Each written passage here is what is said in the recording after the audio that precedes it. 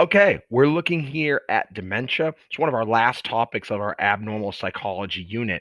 And so we're going to be looking here at what it is, what causes it, what are some symptoms of dementia, and then maybe most importantly, like how can dementia be prevented? Because we know a lot more about dementia now than we did, say, 20 years ago. All right, so a couple things here. Dementia is an umbrella diagnosis that actually has several different topics underneath it. You can see here to the left, there's actually a little umbrella here, and loss of memory and other thinking abilities happens as you get older. And so there's several different ones. The most common one, as we'll see, is Alzheimer's, and then we have the Lewy body dementia, vascular dementia, and then frontotemporal dementia, and then Parkinson's, Huntington's, kind of examples that are very rare. So that's kind of the general realm of what you get with dementia. Okay, let's talk. Just jump right in here. And what is dementia? So dementia is progressively losing your cognitive function. Cognitive function mean like your brain, things that your brain does really well now. Suddenly later on in life, you start to have trouble thinking. You start to have memory issues. That's like one of the major parts of dementia. Trouble communicating and with language. Your judgment is impaired, so you start making like really weird decisions. Like sometimes people with really severe dementia might walk outside in the cold with almost no clothes on, or just start wandering streets or something, or they get lost driving. These things happen. And then also confused thinking.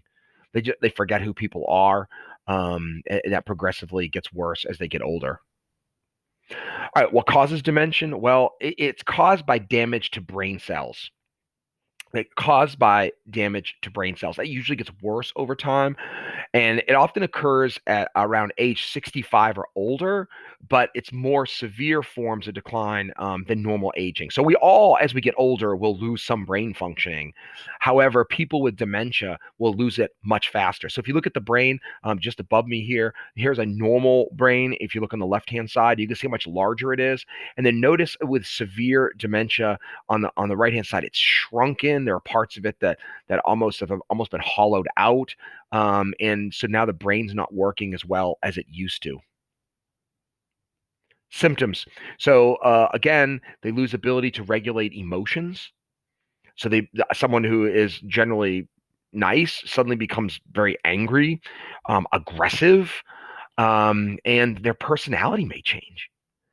And that's really difficult if you knew someone like a mother or a father or a grandparent, and then all of a sudden, like their emotions become wild and they're just not the same person. And that is a symptom of dementia as they get older.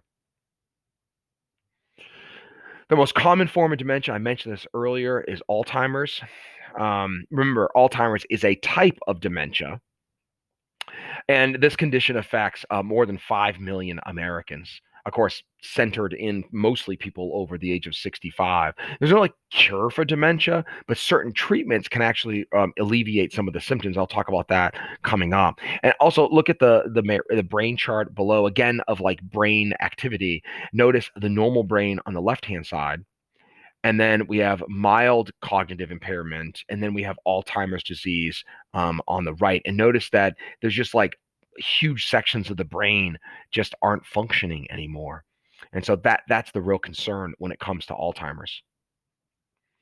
All right, so let's talk about red flags for dementia. So when can you notice something that indicates that maybe dementia is a problem? So one, a family, individual, the doctor gets concerned there could be a decline in both memory and thinking. So you're having trouble remembering things.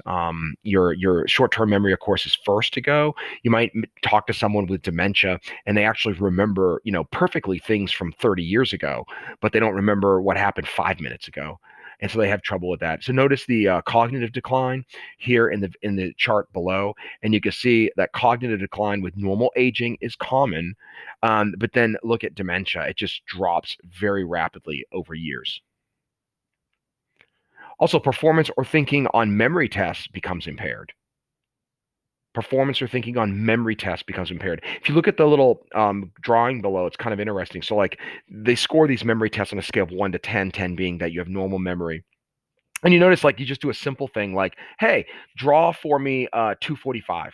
on a clock. Draw clock says 2:45, and you can see the first person like draws it like, okay, that's 2:45, and then the second person like has the errors, maybe numbers in the wrong place, or the hands in the wrong place for the clock, but it's kind of close.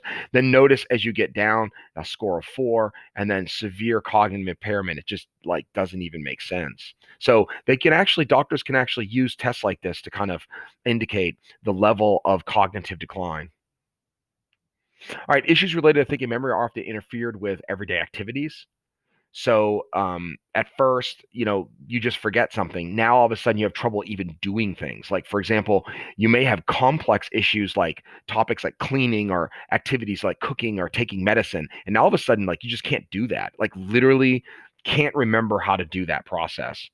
And then eventually it becomes so severe, the dementia, that they can't even do simple things like bathing, dressing, eating, and even to the point of using the bathroom.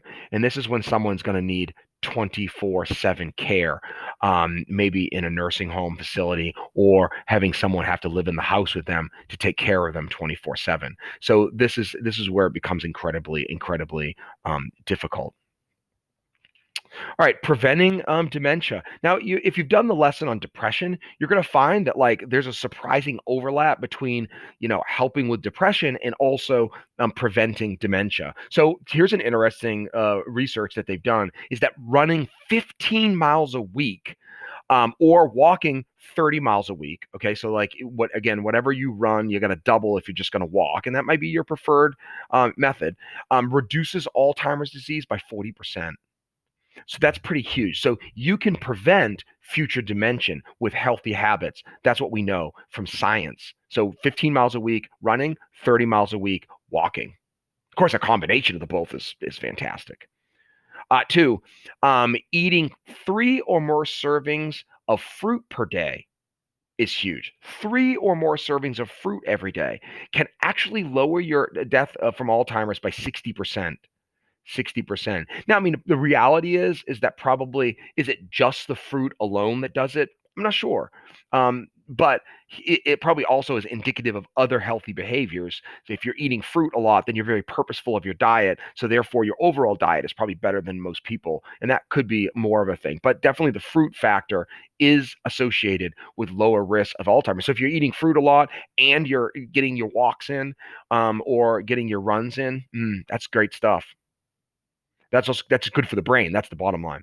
Other studies have concluded, though, that actually weight resistance, so weight training with free weights, or with bands, if you use exercise bands, and not running is actually more effective type of physical exercise to reduce dementia. Now, if you love running, keep running, but weight training can have a huge impact. So if you don't like running, walk and do weight training. Those things can actually reduce your dementia risk even more than just the running. So that's huge. So you've got different things that you can do. You have agency, you have control. You can encourage an older family member to do these things as well to help reduce the risk of dementia. One thing we see, and I've seen it in my own family, is that somebody retires from work and all of a sudden the dementia characteristics start coming in. And that's because like when they're working, they're leaving, they're walking, they're going out, they're being active, their brain is being continual engaged. And now all of a sudden they retire and they're at home and they're not doing as much and they're just sitting and watching TV. And now their brain, their activity level drops significantly. And that's why the dementia characteristics come on. Whereas people that stay active even into retirement, that's really the key. So you got people out there playing tennis and walking and very active, they're less likely to have dementia. And then lastly, it's very important to stay socially engaged. So even after you retire, you got to stay socially engaged. And again, that goes back to what I just said. If you're someone who retires and suddenly you have, in work is a big part of your socializing, suddenly now you're not as socially active, you're not as physically active, your brain is not as cognitively active, and then these start bringing on, cognitive decline as a result of that. So these things can help protect against Alzheimer's disease and dementia. All right, awesome. Got to study them, practice that, and then do your quiz. All right, great job, guys.